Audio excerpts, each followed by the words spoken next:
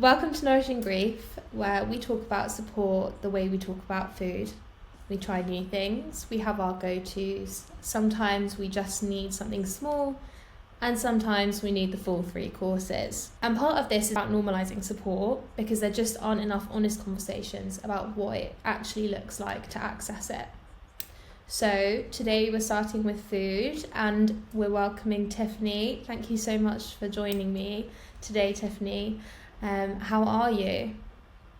I am good, thank you. Thank you so much for having me. I'm a huge food fan, so I'm excited to bring that together today. Lovely, I love it. And we'll jump right into it because this is probably my favourite question. But what is your go-to comfort meal? So one that might feel like a hug or just reminds you of a safe space. Yeah, so for me it's tomato pasta, just straight up. Onion, Yes. tomato sauce, a bit of basil, a bit of sugar to cut up the tomato, and penne Love pasta, it. and then lots of cheese. Oh, of course, Lots always. of cheese. But yeah, there's nothing like a comfort and hug like a pasta bowl.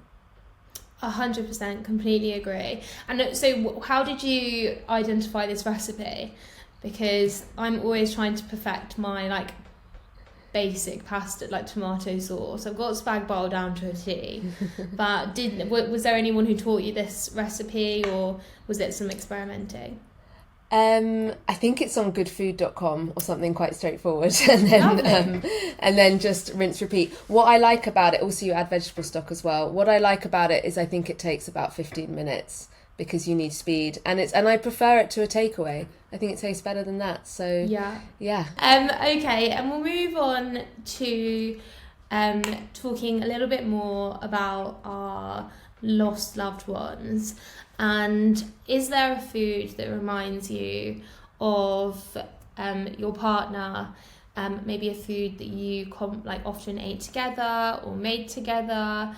I know you said he was at university, so it might be something quite basic. We all remember our uni meals.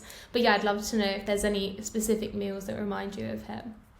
Yeah, so I was with my partner Richard back in 2008 at Bristol University, and we lived in a big house there were about 9 of us in total.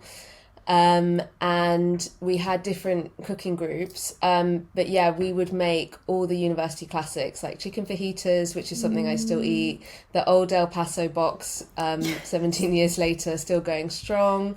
We also back then I remember when Nando's launched its own sauce, and we could cook chicken in the Nando's sauce. That used to really smoke out the whole kitchen. That was quite a big drama. But there's a smell of that, almost a smell of Nando's brings that back home. And yeah, Nando's also still going very strong. And all the classics like bolognese was a big one. I remember people cooking shepherd's pies. But yeah, it's all that. It's all that nostalgic university style food. And yeah, we did cook together every day, and that is something we all did. And as a house, we often ate together as well. So those meals, yeah, really take me back to that time.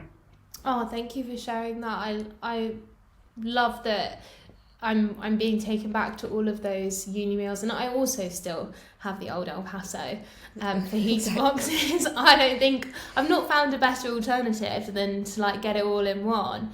But yeah, I mean, bolognese, shepherd's pie, and I think that there's something quite intimate about having those meals together at uni and keeping alive those family style meals where you all get together and have meals together. But 9 people, that must have been intense at times.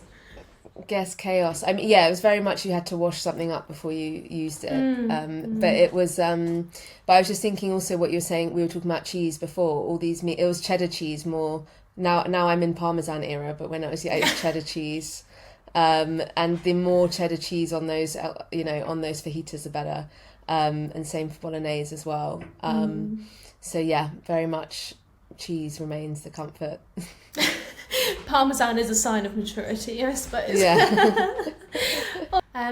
So we'll move on to our support menu, and this is just to kind of normalise accessing support, making it like something that we do to nourish ourselves, to keep ourselves sustained, to fuel ourselves, because we need food to sustain everyday life, and we also need support when we've lost someone to suicide to sustain everyday life.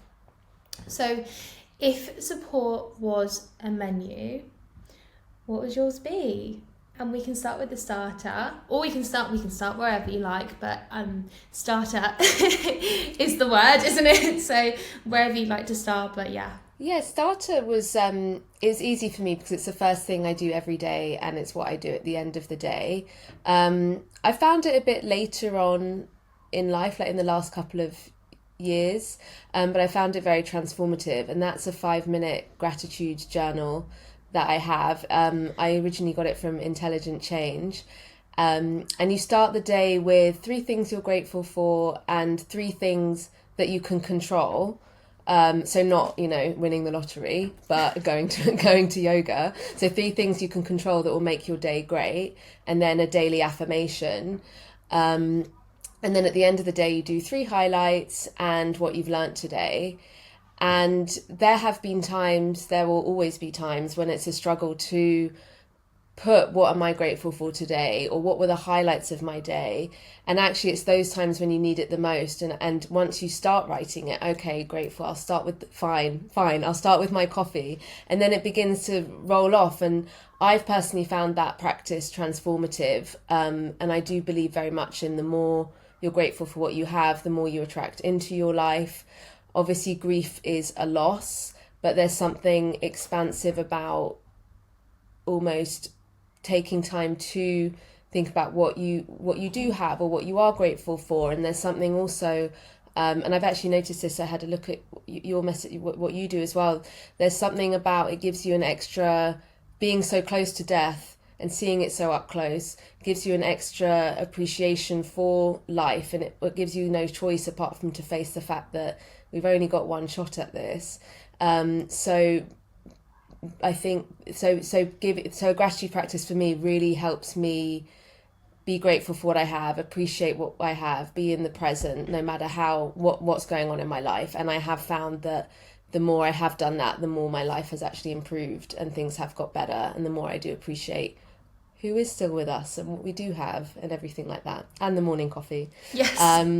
So for me, that's been hugely transformative, because there's so many things we're supposed to do in the morning, like not scroll on our phones, and you're actually not supposed to have coffee first thing, and you're not supposed to do this.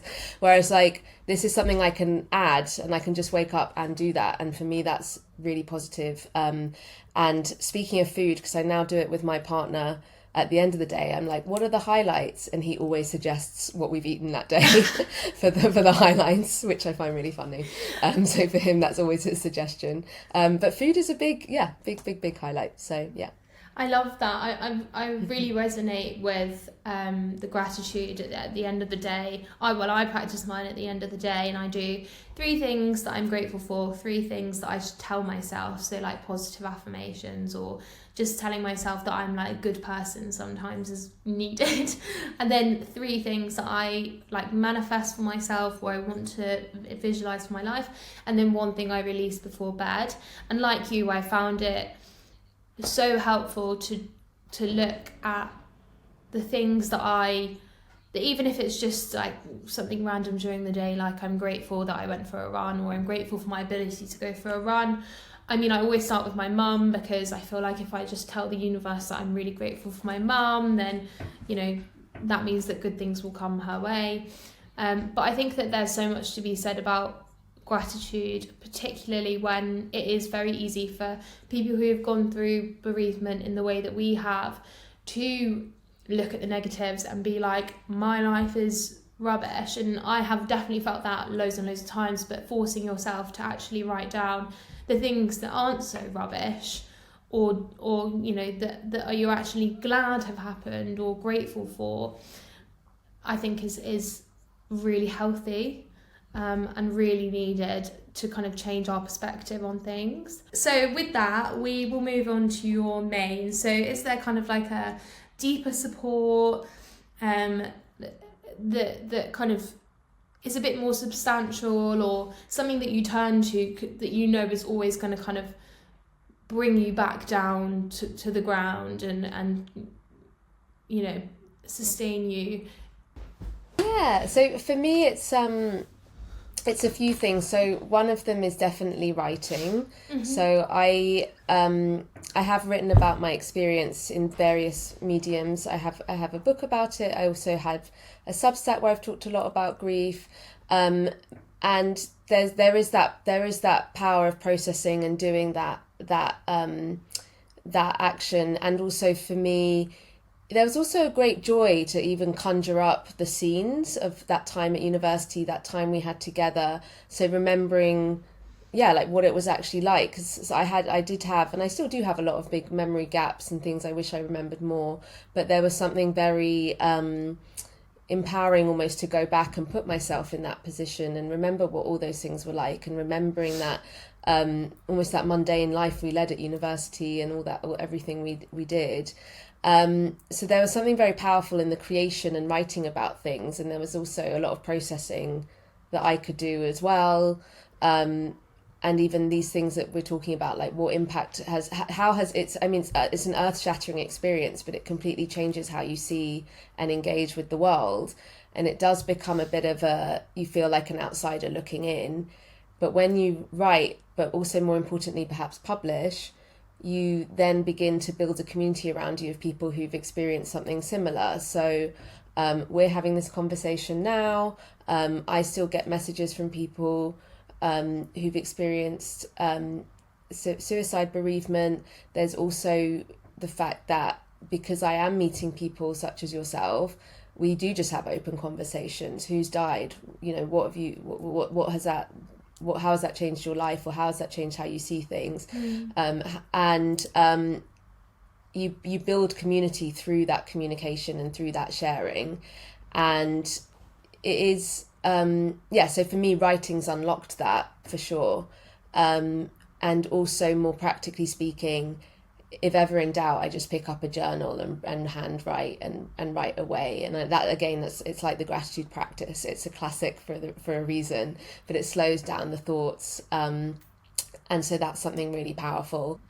And I think that, you know, writing, I find writing and kind of content creating, I suppose, really helpful, because I'm able to like get things out and talk about it, and talk about how I'm feeling, and be honest about the experience that I'm having, because I think the experience provides you with so much.